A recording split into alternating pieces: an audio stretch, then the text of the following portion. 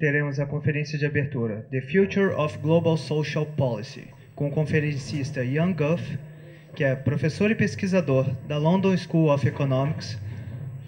O professor Gough tem se debruçado recentemente sobre as alterações climáticas e da política social.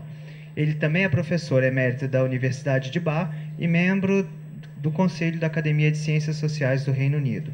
É autor de vários livros, entre eles A Economia Política do Estado do Bem-Estar, traduzido em 7 línguas, Uma Teoria das Necessidades Humanas, traduzido em 4 idiomas e pelo qual recebeu os prêmios Deutsche e Myrtle, e Capital Global, Necessidades Humanas e Políticas Sociais, ensaios selecionados de 1994 a 1999, Insegurança e Regimes de Bem-Estar na Ásia, África e América Latina e Bem-Estar em Países em Desenvolvimento.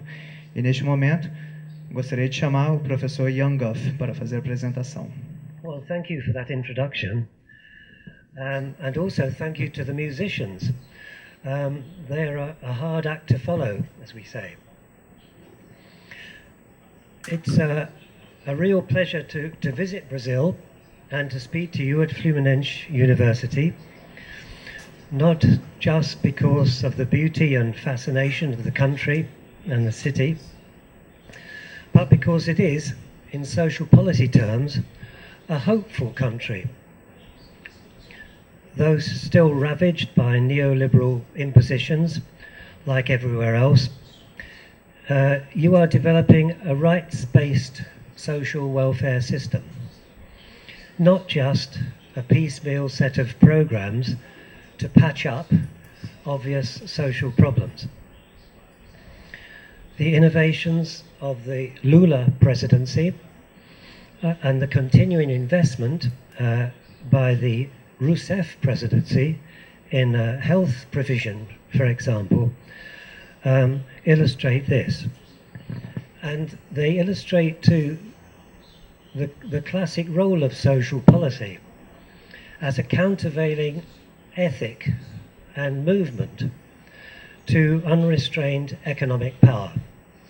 And I'm very pleased to see that this is alive and well in Brazil. And I think this marks off Brazil from the other BRIC countries, Russia, China, and India. Of course, despite the welcome reduction of poverty, there remains, of course, huge problems and challenges. Still one of the most unequal distributions of income and wealth in the world, poor quality services, and imbalanced social spending. And I'm sure this conference will be discussing all of these. I want to, in this talk, to set the Brazilian history of social policy in a global context, which I will do in 3 parts. First, I summarize social policy in the West, looking at past successes, the current economic crisis, long-term cost pressures, and emerging alternatives, and draw from this some lessons which it might offer. Secondly, I briefly sketch some patterns of social policy across the global South and set out a way of considering their future. And finally, I consider the biggest global challenge of all, climate change, and the imminent threat to the planet on which all human prosperity depends. And I consider how social policy might be rethought to tackle this great challenge. So it's a broad canvas, and I haven't got much time. So dilemmas, first of all, of social policy in the West. Western Europe is the home of the welfare state and the place where its reach and scope and impact is the greatest. Canada and Australasia exhibit similar systems, but not the same. And the Obama Health Care Act will do something to reduce the United States outlier status, its role as an outlier. There's much talk now of a crisis in the welfare state, but this is not new. it was dominant in the 1970s when I first wrote about the political economy of the welfare state. Yet in the 3 decades up to 2008, total social spending in the OECD continued to grow. It grew by 5 percentage points of GDP in this period. This was partly driven by big expansions in Spain, Portugal and Greece, which were catching up after democratization. But there was growth too in the Anglophone countries. Elsewhere there was some retrenchment. There are wide differences in social policies across the OECD, and the idea of 3 or 4 distinct welfare regimes is widely accepted. Tell me, how close should I hold this? Is this too close? That's okay. Okay. Now, these established welfare systems in the West are facing twin crises. First, the aftermath of the financial crash, and second, a longer-term financial crisis of financial sustainability. Let me look at each in turn. The impact of the financial crash on welfare systems has been severe.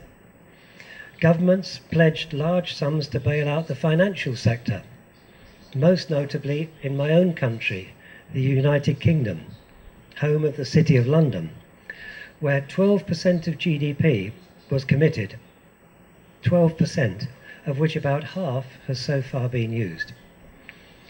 Then the slump in economic output led governments to implement fiscal stimulus measures, a dramatic example of international Keynesian action, illustrating the dire threat to the world economy posed by the financial crisis. Third, with falling output and rising unemployment, the automatic stabilizers provided by the welfare state swung into action.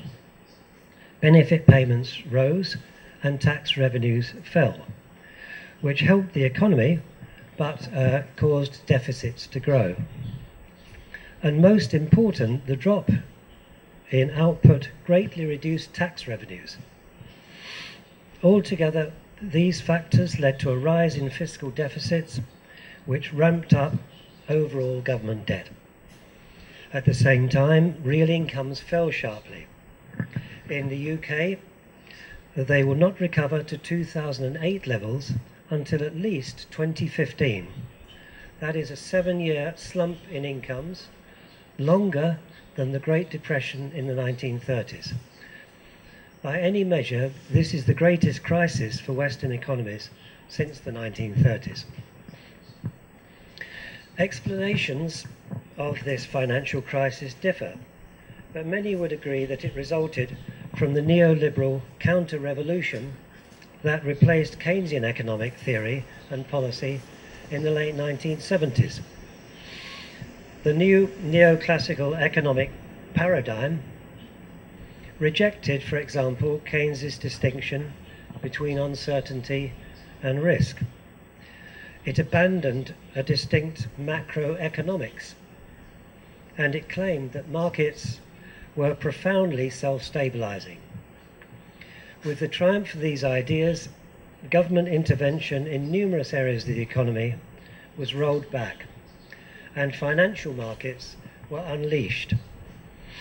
In addition, this new model undermined the share of wages in the national income, boosted profits, and worsened the distribution of incomes between households.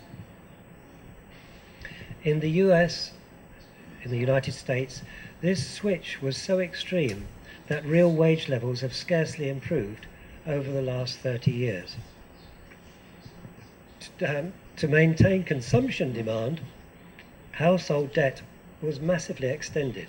So household debt went up hugely, what Colin Crouch has called privatized Keynesianism. So the result of all this financial deregulation and soaring debt was the Titanic crisis in 2008, in which only the actions of major states prevented a wholesale collapse of the capitalist international economy. But following this initial reaction, just one policy option has been pursued throughout the Western world: austerity. In order to get borrowing and debt down, government spending has been cut and taxes that's mine. Okay. And taxes raised. So to get borrowing and debt down, government spending has been cut and taxes have been raised, though the ratio is heavily biased towards cuts. Cuts have been 3 times greater than tax increases in my country. This has exacerbated the real drop in incomes and consumption spending and has worsened the economic downturn, and in many countries, deficit levels and public debt. In the Eurozone, this has stressed existing weak structures to generate a further crisis. The 2012 European Stability Mechanism, which established a permanent bailout fund, may buy some time. But the absence of a sizable Eurozone fiscal agency is a looming constraint. Outside the Eurozone, the reaction of the British government stands out. The government has chosen to use the opportunity to impose very large cutbacks, which are targeted to bring down the share of public spending below United States levels by 2015. This is an extraordinary revolution. Our public spending will be lower than the United States in a few years' time.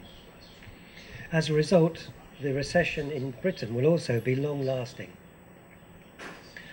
So that's the first crisis, the short-term financial crisis which we face, none of which has been brought about by the welfare state itself. It's a result of the crash in the financial system.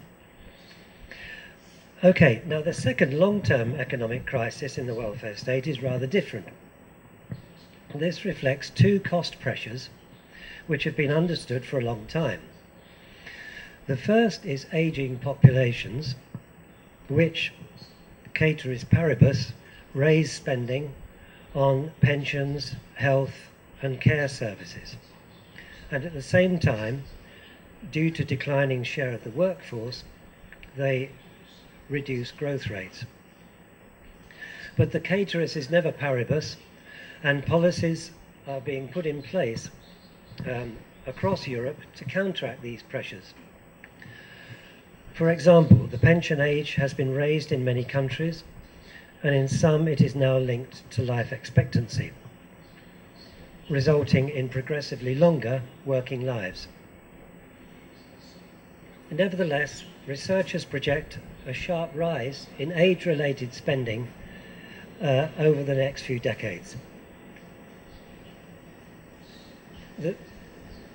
The second cost pressure is due to the inevitably slower growth of productivity in social services, which requires more to be spent each year just to maintain service quality. This will lead to a constant pressures to cut benefits and services elsewhere.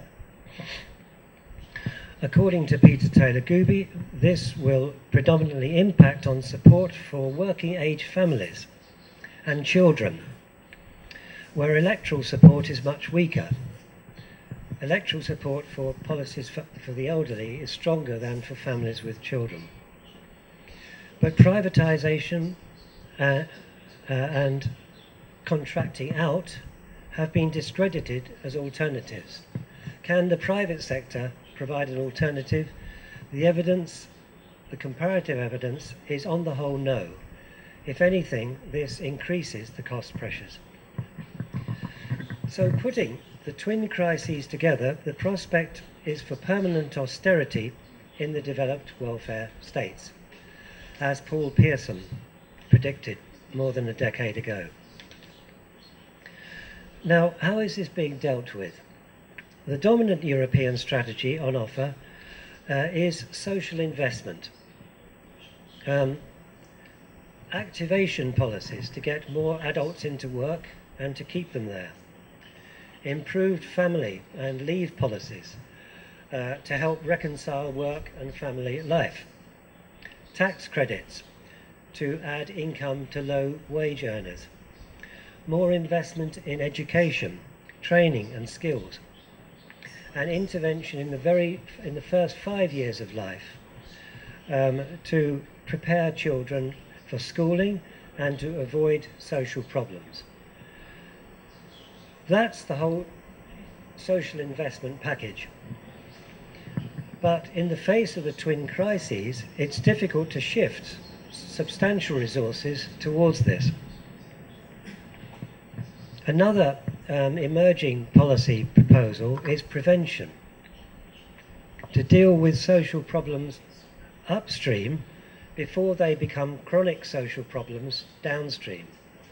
So to try and prevent problems arising in the first place.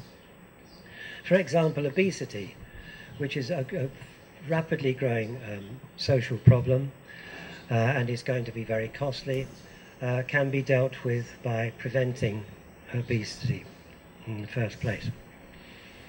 But to do this will effectively require a big shake-up in economic regulation and existing state bureaucracies. A more radical left strategy, if you like, is dubbed pre-distribution in the UK.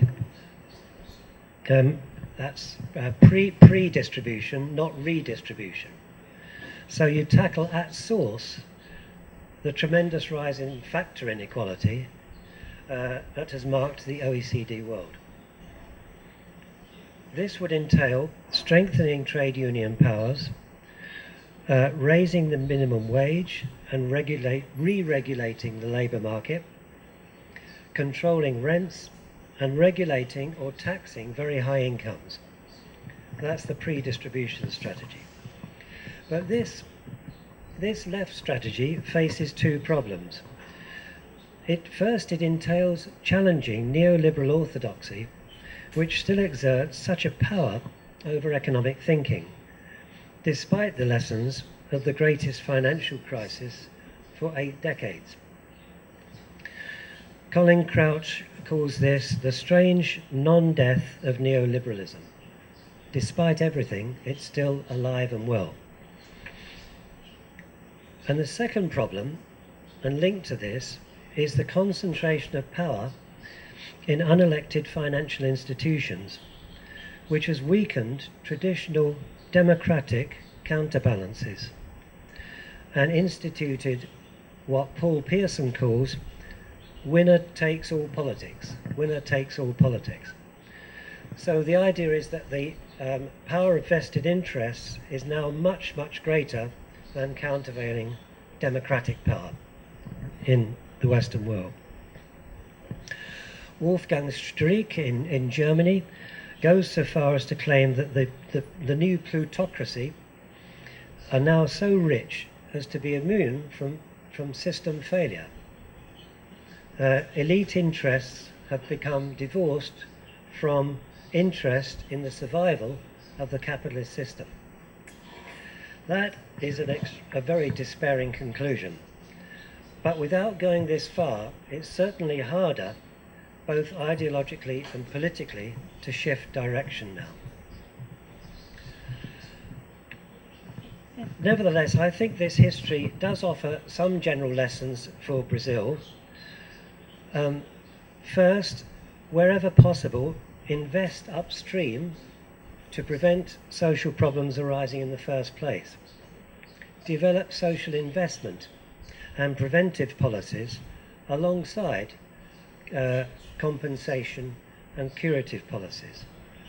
I think this is especially important in Brazil, which I believe has very high expenditure on the elderly and relatively low expenditure on children, and which also has a high expenditure on transfers and a lower expenditure on services. And the second lesson, I think, is to regulate and tax critical areas of the economy, including the distribution of incomes. In other words, to integrate more closely economic and social policy. Don't see them as so separate.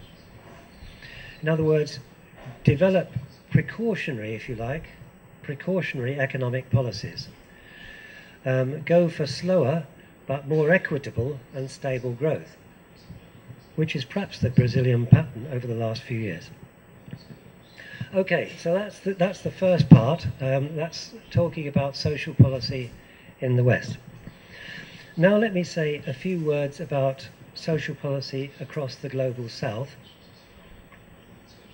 Of course, this is a vast topic, and I can't cover it in any details, but I want to draw on a cross-national analysis to identify the main patterns of welfare across the global South in order to place Brazil within this pattern.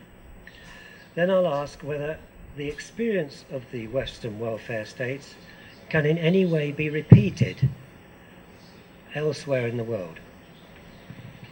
So in research at the University of Bath and elsewhere, we've developed a new conceptualization of welfare regimes to understand the nature and diversity of social policies in the global South.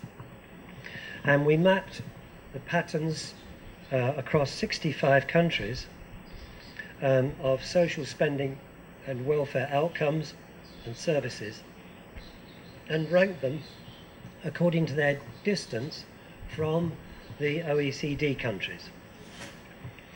Now, the first cluster, and the closest to Western welfare states, we labelled proto-welfare states.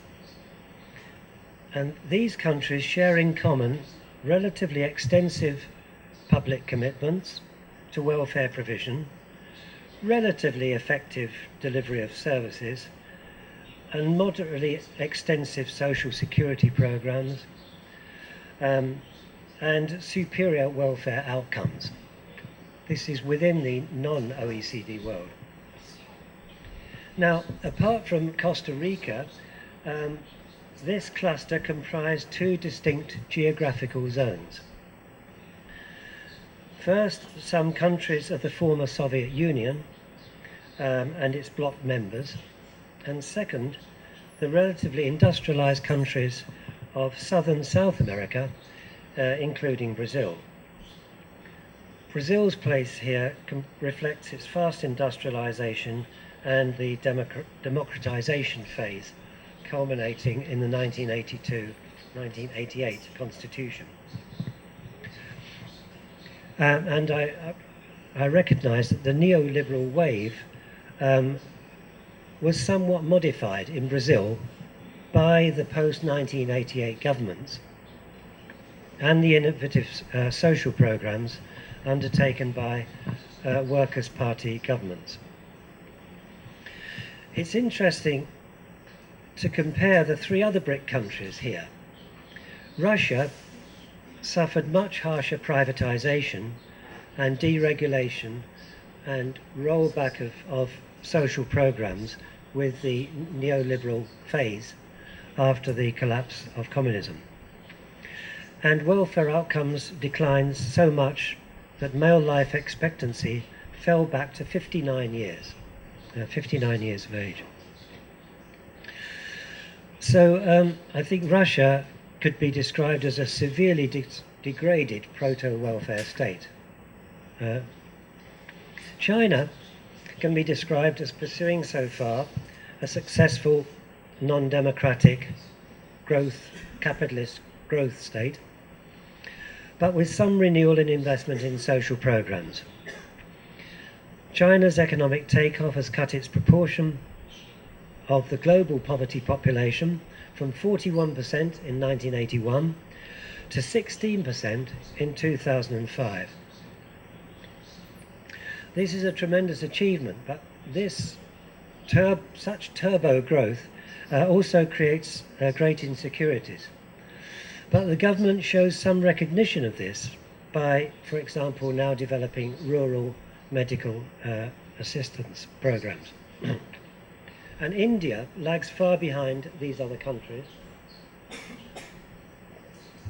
It has low spending, a whole plethora of separate programs, but it has high levels of youth and female illiteracy, severe child malnourishment, and highly gendered outcomes.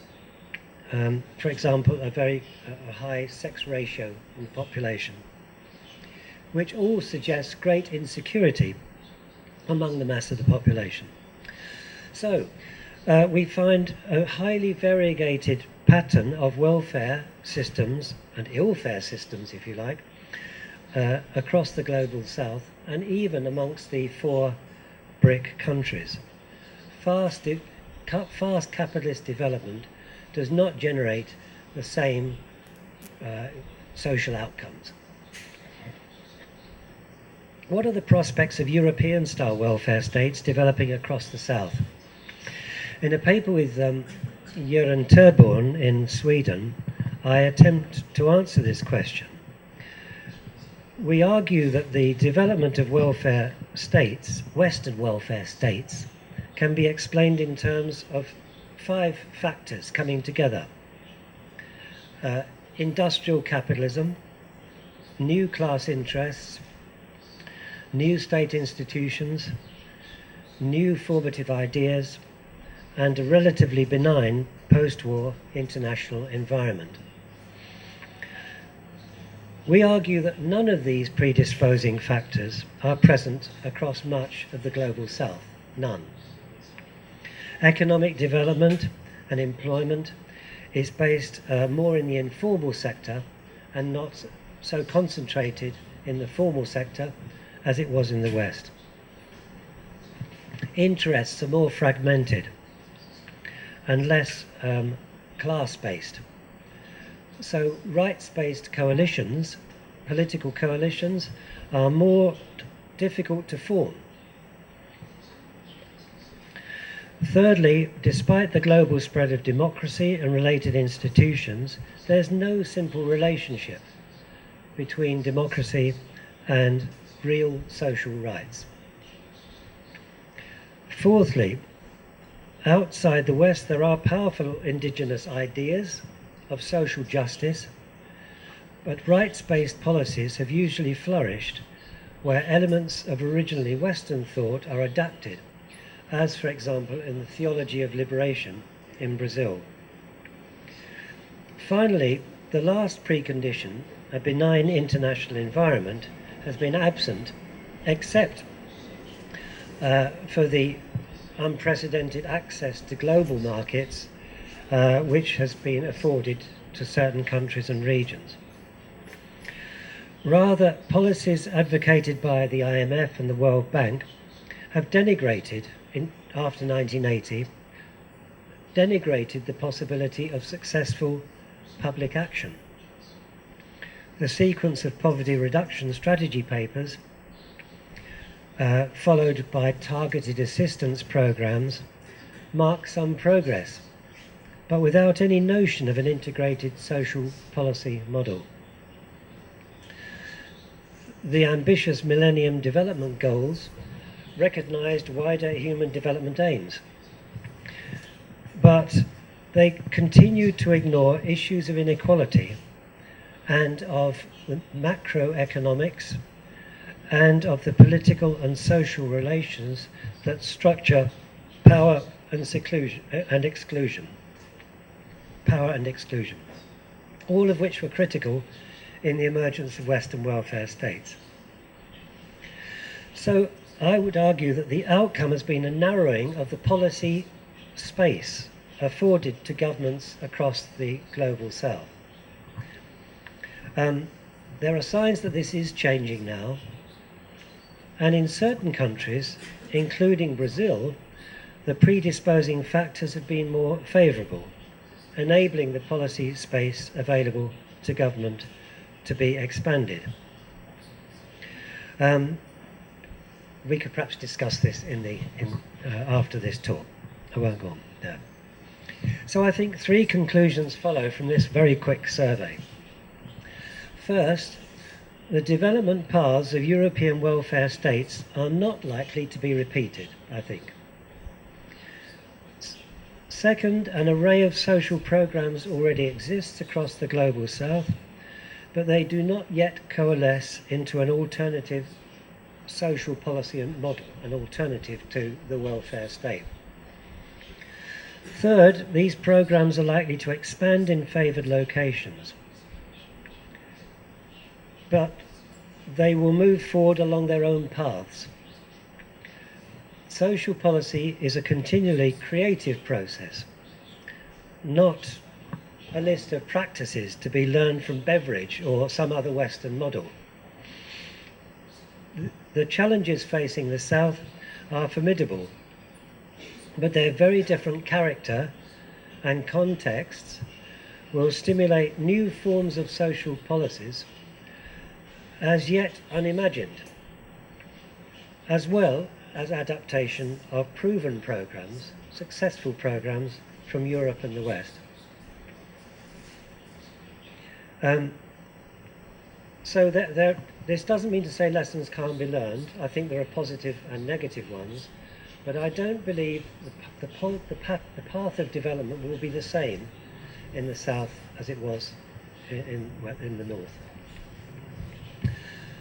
Okay, this brings me to my third and final point, the challenge of climate change, which I'll deal with briefly.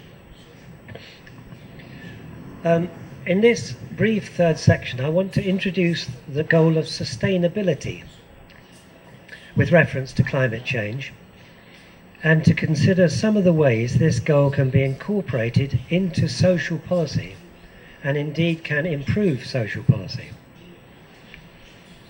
There's a strong scientific consensus that global warming is happening, that it is largely man-made, that it is global, cumulative, and potentially destructive, and that it will have to be brought under control sooner or later if disaster is to be avoided. This consensus is accepted by most Western governments, not in the United States, and many other governments, including Brazil. And the European Union has played a leading role in implementing the Kyoto Agreement and in going beyond it. But carbon is only part of the picture. When we include the impact of other greenhouse gases and the disappearance of forests, Brazil's level more than doubles to 5.5 tons per year, similar to China, but still a little below the world average. And Brazil moves up to the 5th greatest emitter in the world in aggregate. Okay, so in terms of carbon and energy per unit, Brazil does very well. It also has legislated a national climate change policy, an emerging but still vague framework plan to implement it, and a successful reduction in the rate of deforestation.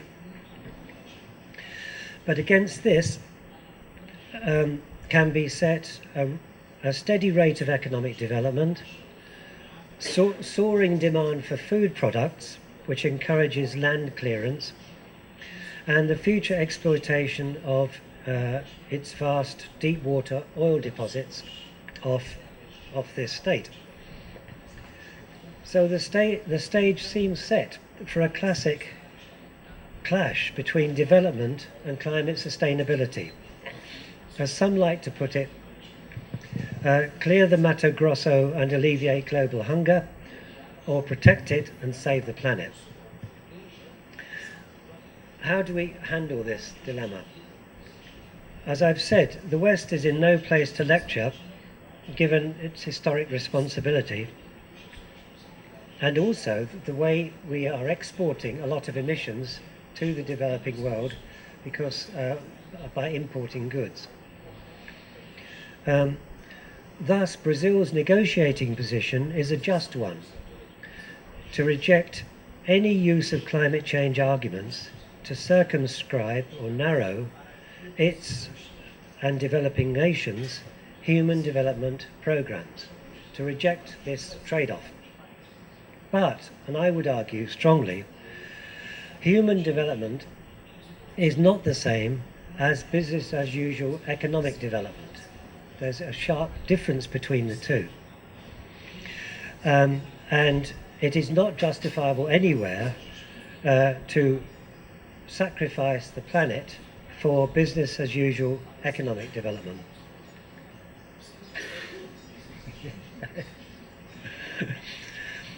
And still more is this the case when we're talking about sustainable human development. So Brazil stands as an important litmus test of the possibility of green development and green capitalism. So, what are the implications for social policy? This is supposed to be a talk about social policy. Are there any implications? Well, I think there are several. Social policy is about collective responses to risks that emerge in modern life. Well, climate change is going to pose widespread risks to habitats, livelihoods, and human well-being, especially if we pass a 2-degree increase, which it seems now almost certain the world will. 2 degrees warmer than in the early 19th century. So public and social policy must face up to new and more egregious risks, alongside the traditional risks addressed by social policies. Second, adapting environments to climate change will be very costly, especially for poorer countries and peoples. So there will be some fiscal competition emerging as a result of this. Thirdly, preventing climate change will be very costly, and as we are discovering in the United Kingdom, will almost always impact most heavily on poorer households and poorer regions. So there will be an inegalitarian effect from this. In Europe and the US, richer households emit more carbon than lower income households, but poor households suffer more from environmental degradation, and the policy measures tend to have regressive effects, burdening more lower income households.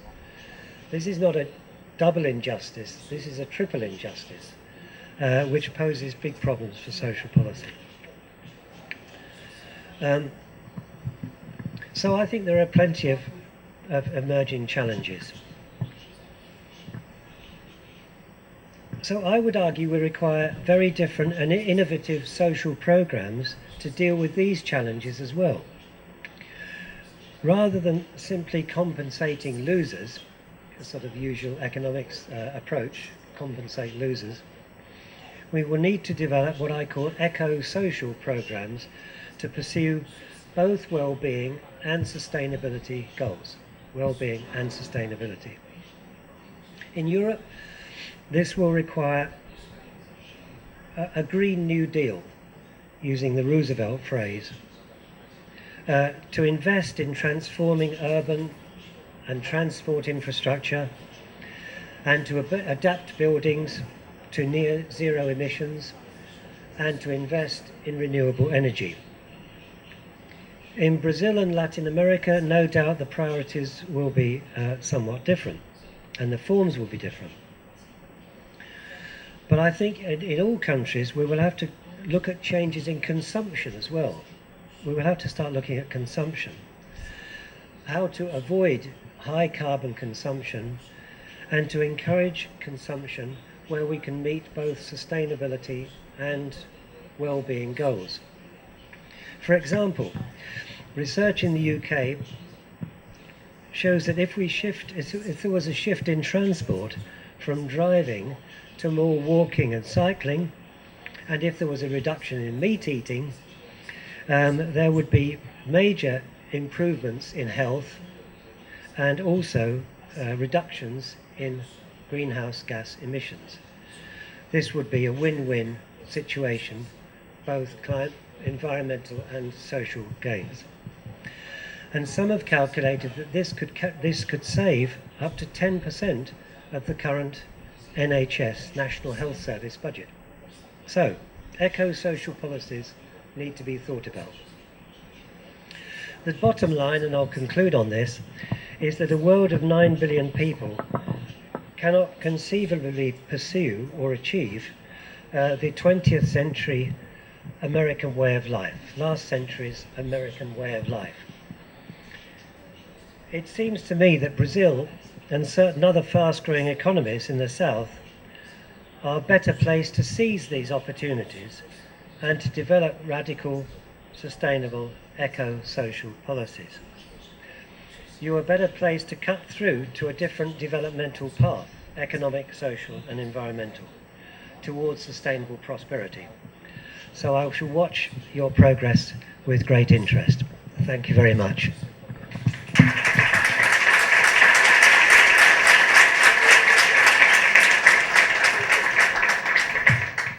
Gostaria de agradecer ao professor Ian Gough por essa brilhante conferência de abertura, né? Certamente ela vai dar muito do tom, né, do que nós vamos discutir aqui, né, ao longo desses 3 dias. E aí eu gostaria de abrir rapidamente para umas 3 ou 4 questões. Se alguém quiser vir falar, por favor, que se manifestem.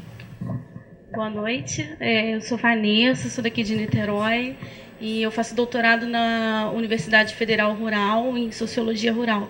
Trabalho também numa organização não governamental.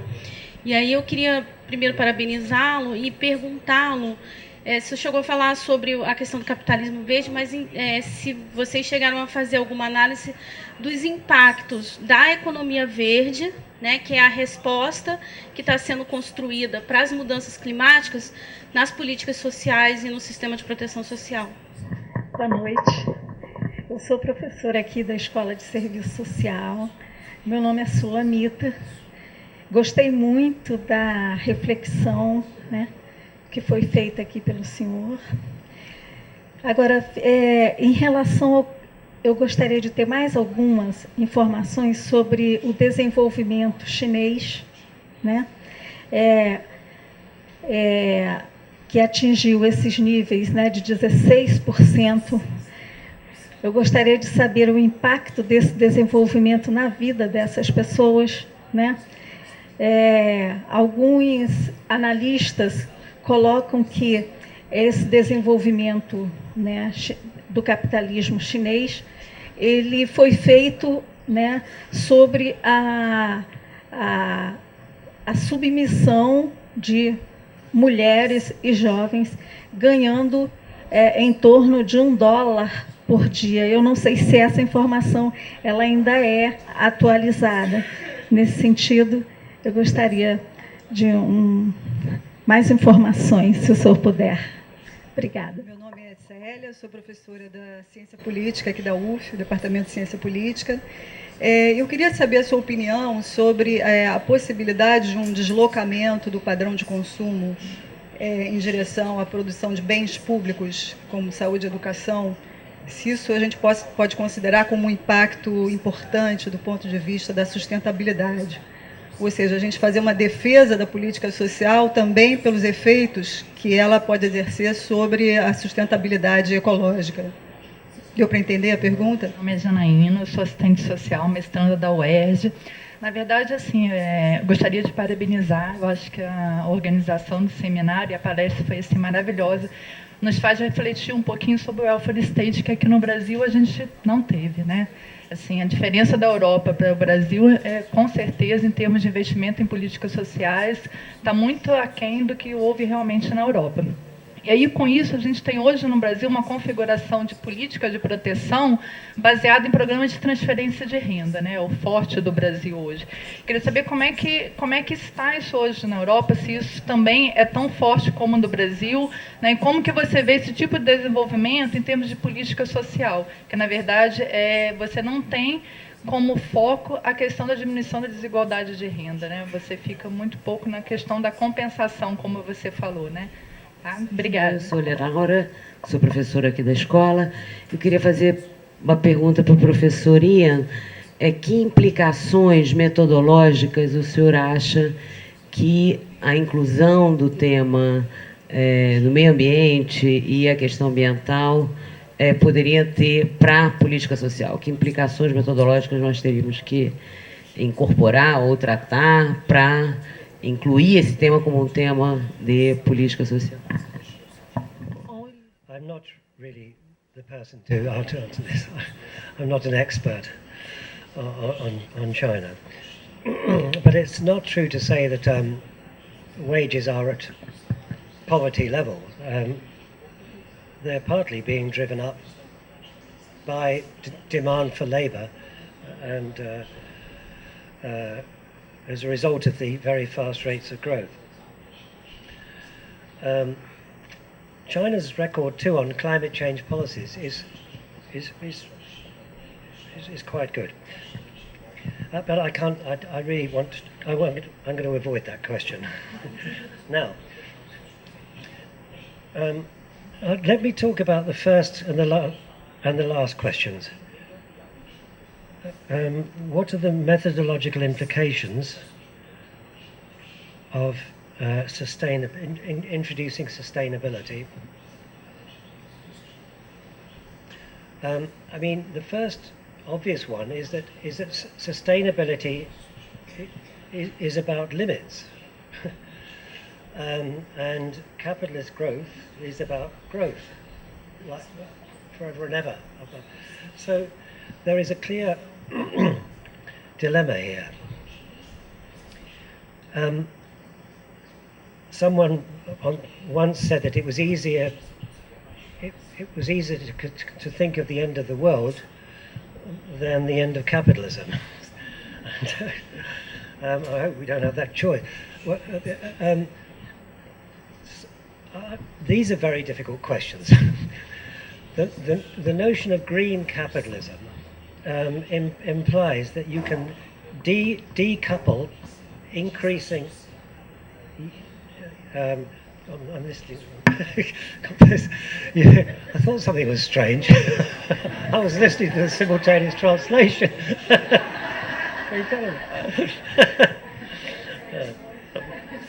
Okay, that's better. So you can decouple growing output from emissions. So you simply reduce the emissions per unit of output. If you can do this fast enough, you can have continuing growth and falling emissions.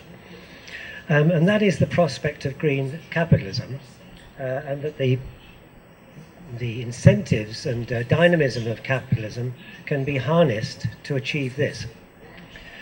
Perhaps it can, but others argue that at some point this can no longer continue, and that in the West we will have to consider reducing the rate of growth to zero, that we will have to consider a zero growth future. Now, so there's two clear stages here. There's green capitalism and there's zero growth economy. Each of these, I think, have different implications for social policy. I've tried to sketch some of the green capitalism ones out. Synergistic policies, investments in new forms of housing and transport, new forms of subsidies and grants to people to encourage different behaviours and such like. If we're talking about zero growth, then the implications are really serious, because the welfare state has been built on the growth state. I mean, it's gone hand in hand. Every year we've expected about 2% more resources, which can finance increasing benefits and increasing services. So it would be a major challenge, and very, very radical policies would then have to be considered. I could say more about that, but perhaps that's enough. That also relates to the question about shifting consumption to public goods. I think that is a route towards more sustainability and and equity. I mean, when you look at the emissions from public goods, they're spread across the whole population. When you look at private goods, roughly equally. When you look at private goods, the emissions are much higher in the higher income groups, obviously. So if you switch more consumption from private to public, you can achieve those goals together. If you maintain private consumption, you've got to find ways of reducing the excess emissions of the upper income groups through taxation or regulation or rationing of carbon or whatever. So those are some of the issues which arise. Does that cover all of that? Oh yes, there was a last question on social protection in Brazil. I've just been reading an interesting paper by Francesca Bastiglia in London, and also someone called Suarez, who's perhaps here, Suarez. And they point out that the weight of social protection expenditures is greater in Brazil than almost any other country in the world. The budget is heavily loaded towards social protection and heavily loaded towards pensions. So that I think that is an issue, and if my case for social investment is correct, that would have to be tackled, and there would have to be a fairly big switch from protection measures to investment measures, bigger in Brazil than other countries, if these figures I've seen are correct. Bom, então encerramos essa conferência e convidamos todos vocês para estar aqui amanhã, a partir das 8 horas, ok? Boa noite, muito obrigada, professor Ivo.